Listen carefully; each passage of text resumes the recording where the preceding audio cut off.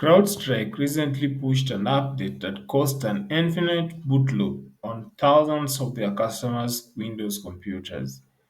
Here's how to fix this. The first step is to cycle through blue screen of death until you get the recovery screen.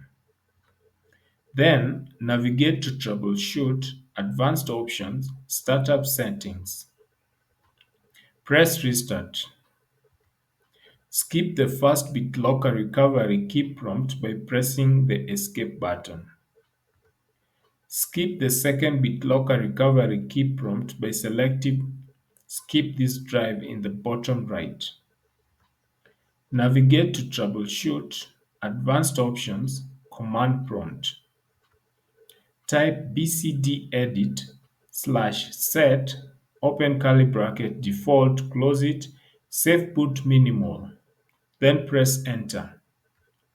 Go back to the WinRe main menu and select continue. It may cycle 2 to 3 times.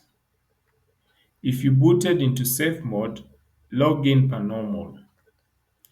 Open Windows Explorer, navigate to C/Windows System32 Drivers /CrowdStrike. Delete the offending file. It starts with C-00000291 star.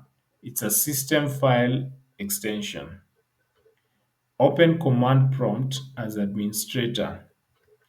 Type bcdedit /delete value open curly bracket default close it safe boot. Then press enter. Restart as normal and confirm normal behavior.